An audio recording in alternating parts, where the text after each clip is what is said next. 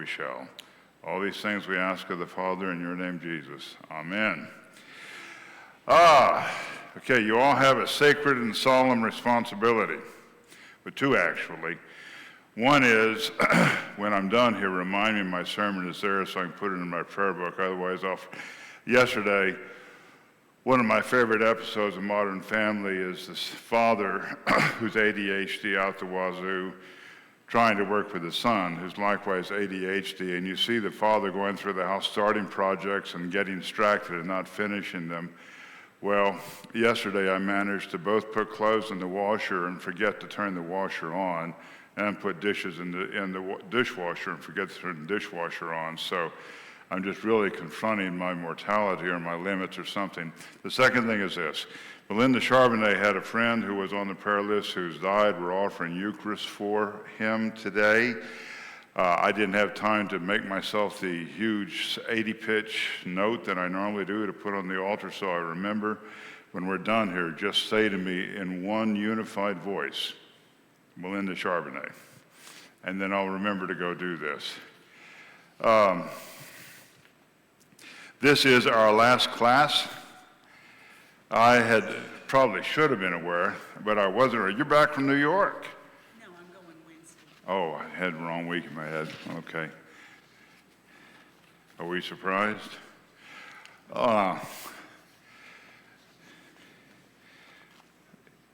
I should have known that the youth class and Godly Play was ending, and I just didn't. I'm demonstrating the depths of my ADHD or something. When I first went to the seminary, they all said to me, Doug, quit telling people you're ADHD. And I said, what, you don't think they couldn't figure it out by watching me for 5 minutes? I made exactly the right number of copies of this.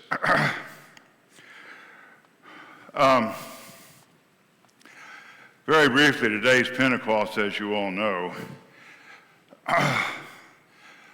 You can talk about the Holy Spirit in a multitude of ways, but one of the things to get a handle on when you talk about the Holy Spirit is what we're really talking about is not just the presence of God, but the experience of the presence of God. And the reason mysticism matters so much to me is all mysticism ultimately is living into the presence of God with the effect that one experiences the presence of God, with the effect that one is transformed, with the effect that as you're changed, you experience more of the presence of God. And so if you're looking at a great mystic, Teresa of Avila, Catherine of Siena, Catherine of Genoa, whatever, Thomas Merton in the 20th century, what you discover is these are people who have utterly devoted their lives to living more and more into the presence of God. And it's worth noting that when they do that, their effect increases geometrically. One of the ways you can tell the Spirit is at work, and by the way, this parish is a grand example. One of the ways you can tell the Spirit is at work is when you can't account for the whole from the sum of the parts. There's an extra something that makes more happen than you would expect. You know, I've talked about this, but in 2007, whenever it was, Iker basically said, you agree with me or you abandon the property, and 30 of you said, okay, we're leaving. Well, mark my words, and I hope I say this without any rancor. In 10 years, this will be a 300-member parish. I suspect that property over there is going to belong to the Methodists. I mean, you hear what I'm saying. This parish is a grand example of the whole being greater than the sum of the parts. Now, I want you all to imagine that you're coaching 5th and 6th grade football, and the year is 1993. And onto the field walks Emmitt Smith, and he says, I want you to help me be a better running back. Now just imagine how absurd that is. Well, I had that experience. I was a spiritual director for the Center for Action and Contemplation in their living school from, when was it, 214 to 216. And it was an extraordinary experience for me, primarily because I got to listen to Richard Rohr's lectures over and over again, because the way that school was set up is they would have a plenary where everybody in the school would meet, and then they'd have 4 smaller subsections meeting during the year. So I went through that cycle 2 or 3 times, and I got to hear Richard's lectures. Now, Richard lectures in a manner very similar to the way I preach. You know, he'll take a few themes, but you're never going to hear the same lecture twice. And so it was great fun because I got to hear Richard constantly change what he had said the last time, not in substance, but there was always something a little bit new in every one of Richard's lectures. Well, as a spiritual director, what you would do is people could sign up, and then it's been an hour with me, and I got paid a little bit, but the primary thing was just being in a position to actually enter into conversation about matters spiritual with people who were serious enough about the pursuit of their own spirituality to pay the money to actually be part of the Living School. It was a wonderful experience. Well, William R. Miller wrote a book called Motivational Interviewing. And if you, either as an MSW or some variety of counselor, you work with addiction issues, that's one of the basic texts in the literature. So, for example, you can go to YouTube and download Bill giving a lecture at the University of Chicago School of Social Work on motivational interviewing and how you can use it to help people overcome addiction. He also, and he's written, 15 or 20 books. He also wrote a book called Quantum Change, and you've heard me talk about this before. And have any of you had a chance to read that book? Well, it's a very readable book, and you got to admire anybody with a PhD who can write a book that people can actually read. You know, it's a great book. But what he did, it turns out, he was a member of a Presbyterian church whose pastor I knew, and I just asked Frank one time, do you know this guy, Bill Miller? He said, yeah, he's a member of my parish, and he set up a lunch, and so we got to know each other a little bit, and over the years I was out there, we got together on a relatively frequent basis. But he told me the story behind the book. Now, this is not as true today as it was then, but I think the book was written in the late 90s. He got to realizing that nobody since William James had written The Variety of Religious Experiences, nobody had actually written a book on religious experiences. And they did it he's a clinical psychologist, he taught at the University of New Mexico. The way they did the book was they just floated an ad, he and a research assistant in the Albuquerque Journal, and said, if you had one of these experiences, call us. Well, they got deluged. I mean, people calling up all over, and of course some of them were cranks, or some of them, the face of Jesus showed up in a tortilla or something, but a lot of them were legitimate experiences.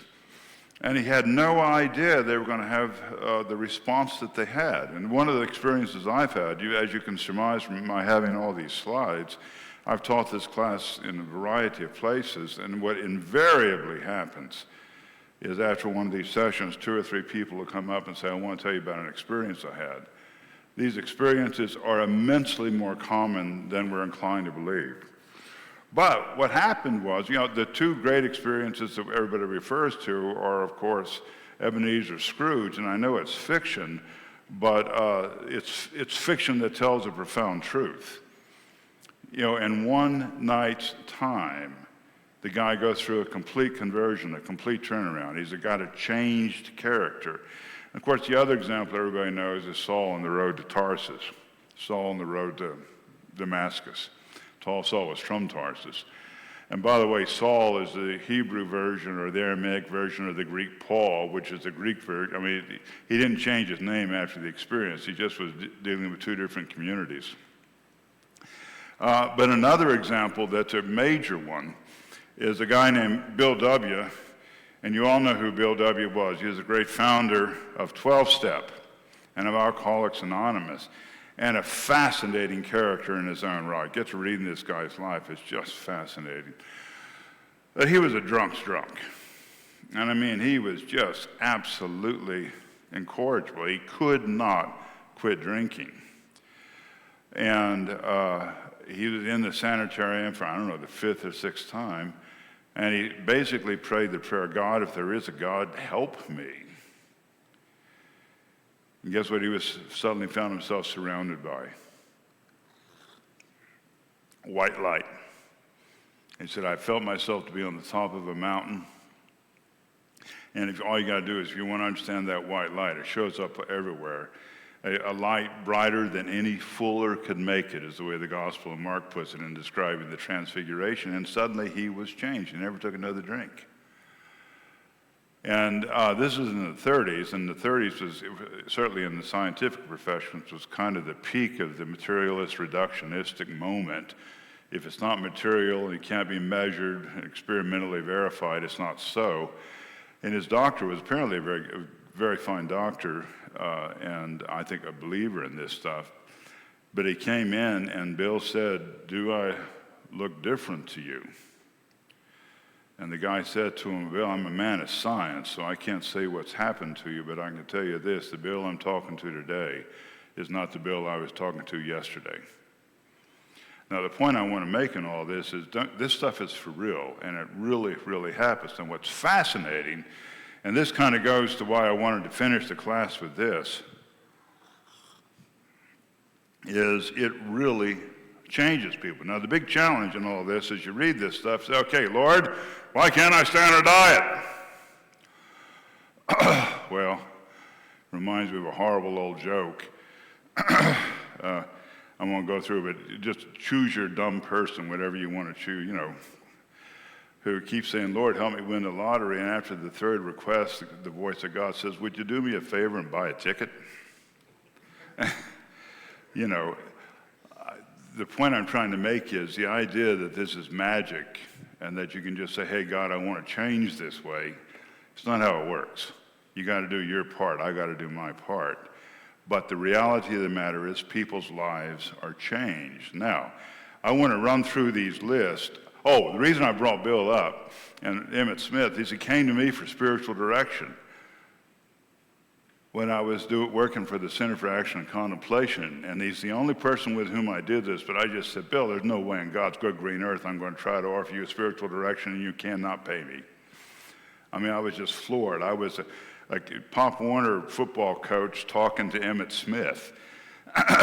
And I knew, now it was after that we got to be pretty good friends, and I had some fascinating conversations with him, but I'm going to give Bill Miller spiritual direction?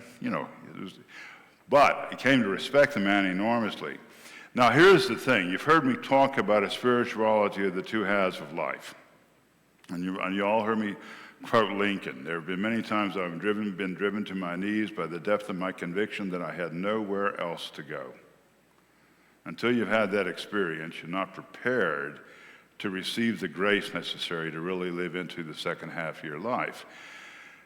Everybody, what they did is they went through and looked at how people had changed after these experiences, and they compared the before and the after. So a good way of looking at this is the left-hand column. The before column is the first half of life. The second column is the second half of life. No, first half of life, this is something Richard used to say, you want a 17 or an 18-year-old boy to be an Eagle Scout. That's a very good thing to do. You want them to really put themselves into the sports. You want them to be proud. I mean, these are all good things in the first half of life. The vast majority of Ferraris are purchased by guys far too old to have the reflexes to drive them.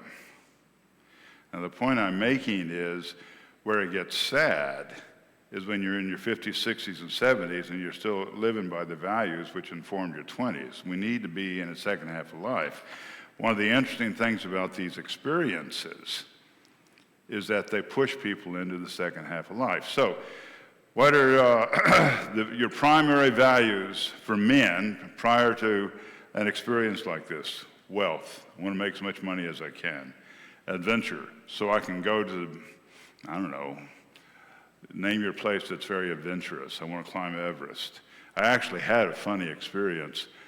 A woman I went to Trinity with, I went to Trinity with her and her husband, and he was in his mid-40s. And she was absolutely ravishingly beautiful, had been a model woman, but he was determined to climb Mount Rainier. And he hired a professional and all that, but she had read the statistics, the number of people who die climbing Mount Rainier and all that. And she came to me, basically wanted me to tell her husband he couldn't climb Mount Rainier. Well, I wasn't about to do that, obviously. But after listening for a while, I said, look, Sally, he's not having an affair. He's not a drunk. Live with it. Let him climb Mount Rainier. I mean, what the guy was doing was proving to himself that at 45, he could still do what he could do at 20. Adventure, achievement. I want to build my resume. Pleasure. That one doesn't take a lot of. Be respected. You know. Family. Thank God I made the list. Fun. Self-esteem, freedom, and being attractive. Now imagine you're 25 and these all make all the sense in the world. But then you have one of these experiences which completely takes you out of that universe, and what happens? The number one value, spirituality. Now let me give you a simple definition of spirituality. Spirituality is seeking to have a lived experience of God. You know, don't make this a big mysterious word. It's just you want to know God. Personal peace. One of my best friends is a guy who was, I don't have time to tell the whole story, but he was a very seasoned 12-stepper, and he helped me through some very difficult times. One of the things he said to me over and again, this is one of the least selfish people I ever met, and you need to hear that first. He said, Doug, you're the most important person in the world. The most important thing is that you maintain your peace. And I'm not an alcoholic. But what he was pointing to, I tell you what, though, you royally tick me off, and I get mad, and then I feel bad because I got mad. I'm going to eat some ice cream. Yeah. You hear what I'm saying? What he was saying was, if I lose my peace, I drink. So when you look at this, don't see this as selfish. This is a matter of saying, I have to maintain my serenity in order to maintain my sobriety. Family. Notice how family has crawled up the list. God's will. Through prayer and meditation, we saw conscious contact with God, seeking only a knowledge of God's will and the power to carry it out. What does God want from me in this situation? Honesty. One of the things that I never will forget having a conversation with a fellow priest who was a recovering alcoholic and asking him why a priest friend we had in common had not been able to quit drinking. He lost everything and blew his brains out. I said, why couldn't Jack get sober? He said, what we discovered in 12-step is that we can work with anybody except the person who can't be honest. And Jack could not speak the truth about himself. That's why honesty is an absolutely foundational principle for all spirituality. Growth, if you're not growing, you're receding. Humility, faithfulness, forgiveness is going to come out. Any sins you retain are retained, any sins you forgive are forgiven. That's not a statement of the church having the authority to decide who gets forgiven. That's a matter of saying, if you don't forgive, you carry the weight, and that resentment will kill you. Okay? Now let's go to women. This one fascinates me. Before, family. And I don't think any man can fully understand how important family is to women. And all you got to do is reflect upon what bearing children and breastfeeding children and nursing children through their early years, we just don't get it. It's like Dave Barry puts it. Women know their children's teachers' names, their favorite colors, who their best friends are, yada, yada, yada. Men are vaguely aware that there are small people in the house. No, it's not. That's obviously Dave Barry being funny, but there's some substance to that. Independence, career, fitting in, being attractive, knowledge, self-control, being loved, happiness, and wealth. Now, it is worth noting that the order is different, but it's still first half of life. Now, here's what fascinates me. Look at the second half of life. After one of these experiences, growth, self-esteem, spirituality, happiness, generosity, personal peace, honesty, forgiveness, health, creativity. Now, what is in the first list that's missing from the second? Take a moment and look this over. This is fascinating. Huh? Family. I remember I was actually the keynote speaker, whatever, at Diocese of Fort Worth, our diocese, and I was talking about this slide, and I had never noticed that before, and it just hit me. Who'd have thunk it? God's a feminist. And everybody laughed, which didn't happen here. I'll have to ponder that. But notice what happens. Family, now I don't think this means that women who have had these experiences cease to be concerned about their families. I think what it means is if you don't do it for yourself, it's not going to get done, son.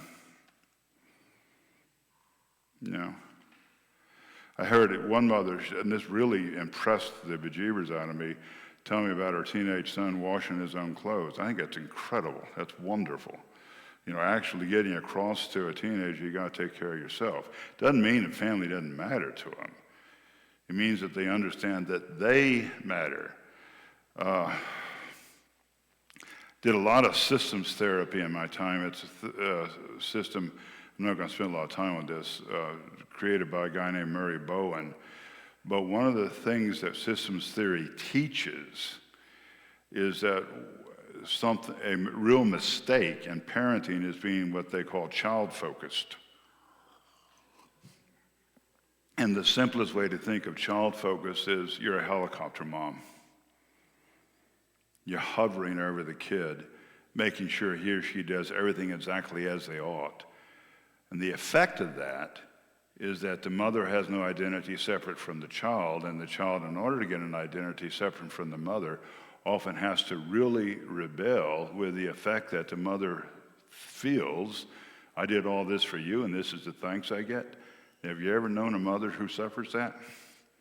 Have you ever not known a mother who, it's just, but you see what's happening, and if you've gone through one of these changes, you love the child just as much as you did before. But you understand that you're a separate person with your own identity, and you need to give the child the space to be a separate person with his or her own identity. Now, I want credit. I did that quickly. So, thoughts, comments? We won't meet next week. You don't have to show up until 10 unless you're in the choir.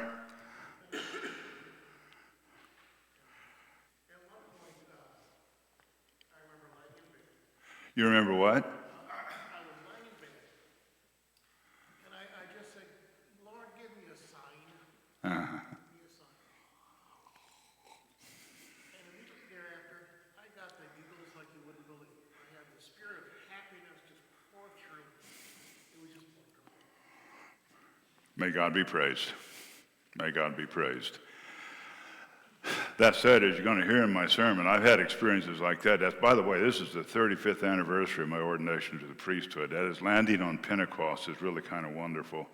Believe me, I've had those experiences when you've had that kind of taste. What you do is you spend the rest of your life trying to get back to it.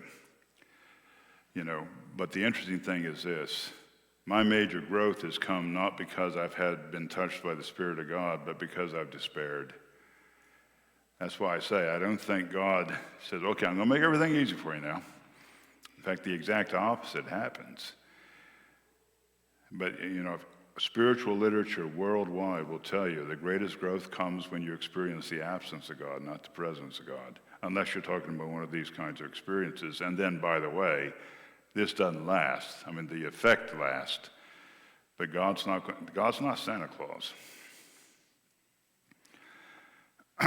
And on that desperate note, I'm going to go make myself a note to remember to offer Eucharist for Melinda Charbonnet's friend.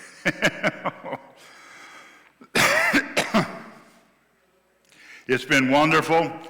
Thank you. I hope it's had some utility. I really encourage all of you to read Quantum Change. It's an easy read, and you'll be changed by it. Peace.